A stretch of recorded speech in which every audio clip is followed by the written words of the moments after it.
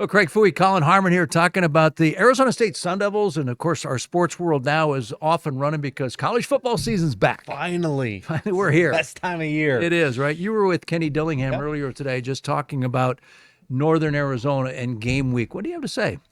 A lot. We can go into the weeds, but let's start with the overarching narrative here of that. How do you follow up the success of last year? Right.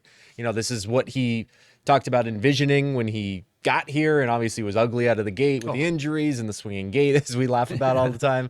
And he goes, honestly, the feeling hasn't changed. Whether we came off a 3-9 season going into last year, he goes, if you're not still working towards going up and making it better and better and better, if you're peaking, then what are you doing? That means you're going to start going on the decline soon. So his thing was just never satisfied. And I think, you know, when you look at the leadership in that locker room and the coaching staff, I mean, they kept every single coach on staff, the continuity there. He talked about not losing, you know, wasted time now in preparation. Everyone knows where they're going. Hey, I don't have to, at the 4-minute warning, tell people, hey, you're going there. At the 7-minute, this is where you're going. You know, it's like everybody knows where they're supposed to be. Now we can focus more on the players. And I think when you look at, you know, Sam Levitt on down, the leadership that they have in place is in a good spot where that they can just keep it rolling where they were and not worry about looking at the big picture. So I think ASU's in a good spot when it comes to the mental side of things. You know, when you go back to that first year, the 3 wins, as you mentioned, last year 11 wins.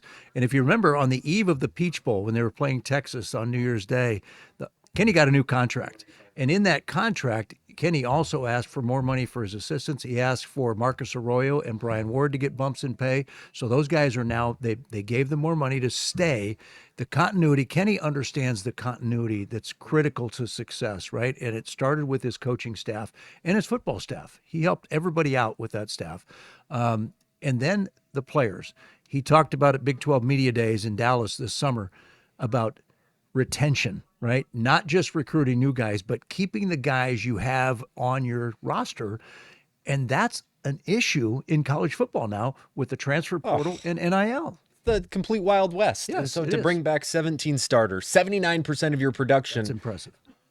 It kind of blows my mind that in this era, as you say, to bring that many guys back when, hey, everybody's out to get more money. Everybody wants to get more playing time. They want to get their brand out there. Hey, what's going to propel me to the next level? To bring that many guys back and keep all your staff in place. You know, you talk about him bringing more money to his coordinators. Well, Sam Levitt gets Arby's deals for his offensive linemen. Right. You know, they're doing it the right way in that regard. So I think that's where you got to start, obviously. If you have people in it for the wrong reasons, things are going to spiral out of control real quick. And I think ASU is in a good spot when it comes to that going into this season. And I think now you're seeing the buy-in too from the fan base. Rightly so. You know, you go on that magical run. How do you reciprocate that and do it once? I don't know. It was such magic, you know, no one was expecting it, the Cinderella run, but you can certainly build off of it. Of now we have this amount of talent coming back. The Valley can feel it. There's not many great teams in the Valley right now. So it's become kind of ASU's town. And we're seeing that in the way fans are supporting it. Kenny was saying today, 7,800 new season tickets, 98% retention on season ticket holders of the past. You know, they're saying 40,000 tickets are sold for the NAU game. That's not including the students, which they're expecting 14,000. Collin, think about that. Just the 40,000 for this Saturday, right? Against NAU in August in Tempe. I know. Outside, it is hot. I mean, it takes a dedicated fan to be there. And that's what Kenny talks about, activating the Valley and getting out. Where else would you rather be on a Saturday? It's a 7 o'clock start, but it's going to be warm and people don't care. They want to cheer for the Sun Devils. Yeah. So ticket-wise, they're in a good place. Fan base, they're in a great place. You know, there's every reason to hop on board and be a part of this. Some notes when it comes to the football side of things. He said they're all good on the injury front, which is awesome. He said they did get nicked up with AJ Ia, who's been great as a freshman tight end, who's shown a lot in training camp. But they've got such a deep tight end room with Shimon Mateer on down that, if he's out for a week or two, they're not going to miss him greatly. No, that's not taken away from what AJ can bring to the football team. But he said they're good on the injury front outside of that. Everybody's going to be looking at the running back room, rightly so. You lose Cam Scadaboo. Yep. How do you replace that? Kenny was saying a lot of it's going to be on, obviously, Sam Levitt, but what he wants to see in a growth from the offense from last year to this year is early down passing. Yeah. And that kind of goes hand in hand with, you don't have Cam Scadaboo to hand it back to. Yeah. You need to be better in putting it on the arm of Levitt. But they have good running backs. I think people are going to be very surprised. I do too. And listen, we all know that quarterback is the most important position at any level of football, and maybe the most important position in all of sports. Right? You can 100%. go down sport by sport, and there's nothing more important than having that signal caller. There's so much on their plate. There's so much. The verbiage alone, Just come on. those things alone, and having Marcus Arroyo back as the offensive coordinator, Sam Levitt back as his quarterback. A year ago, and we've talked about this a lot, we didn't know who the starting quarterback was going to be. Sam Levitt was an unknown transfer from Michigan State who had almost zero options coming out of high school, even though he was a very successful high school quarterback in Westland, Oregon. Nobody really knew about Sam Levitt. And he came in here fighting with Jeff Sims for that starting quarterback position, and it was at Tonazona a year ago when he won that job, clearly won that job. And so now you have him coming back with Marcus Arroyo, again, the offensive coordinator, for year two. That's huge.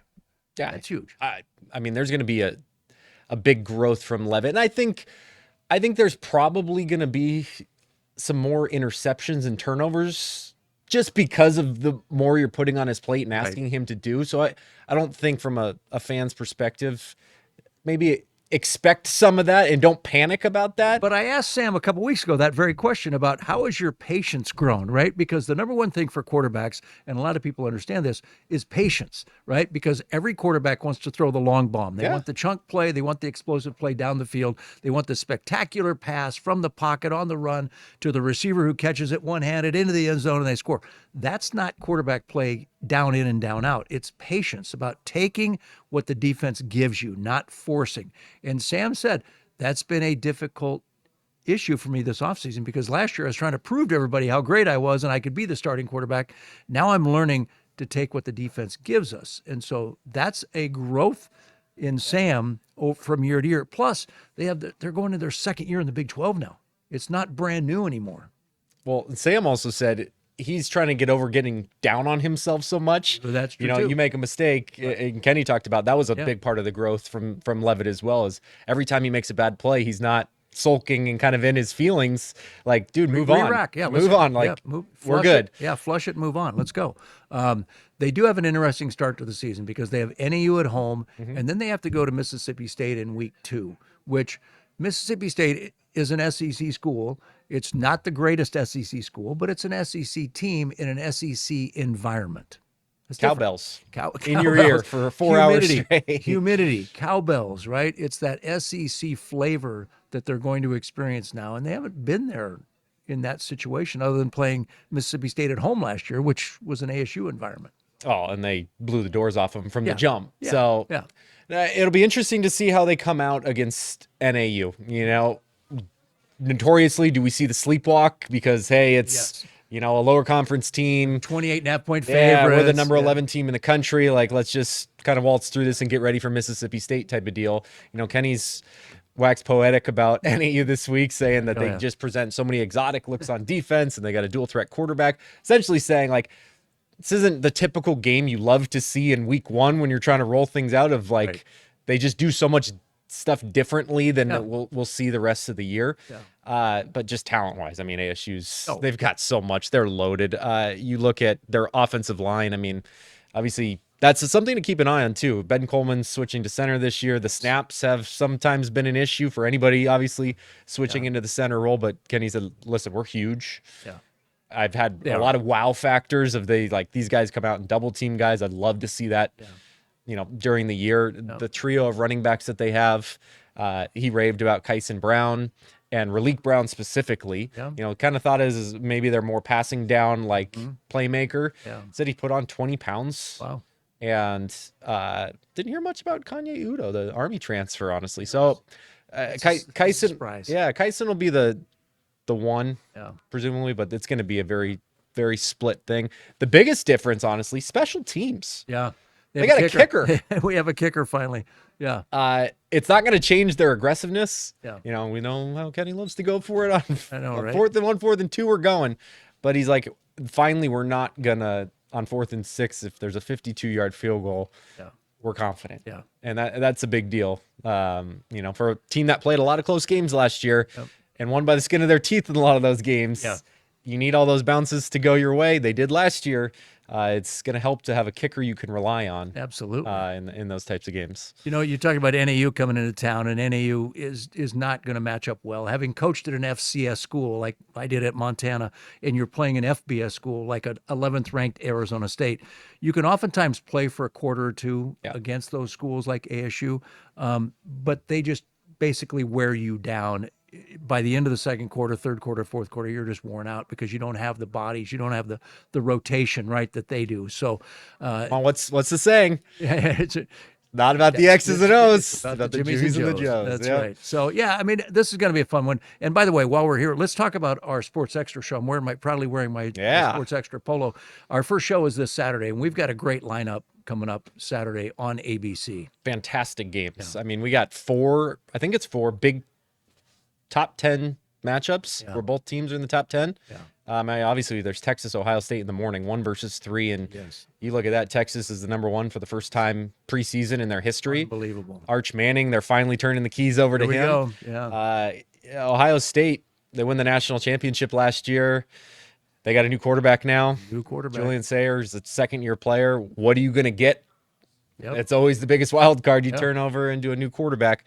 They've got the best receiver in college football and the best maybe defensive player in Caleb Downs in college football. That's going to be awesome. Our ABC rundown has Syracuse at number 24, Tennessee at 9 a.m. And then, of course, you come in at 12:30, number 8, Alabama at Florida State, which will be interesting to see what Florida State has. Well, both are changing quarterbacks. Yeah, and I think you look at it, Fouhy, and this is a year where both coaches, if things go south in a hurry, There's no patience at Alabama. Oh, Kalen DeBoer, you better get 10 wins at least this year, or you're probably gone. Better win. And then Florida State. Norvell had the year. Norvell, They got hurt, remember? Yep.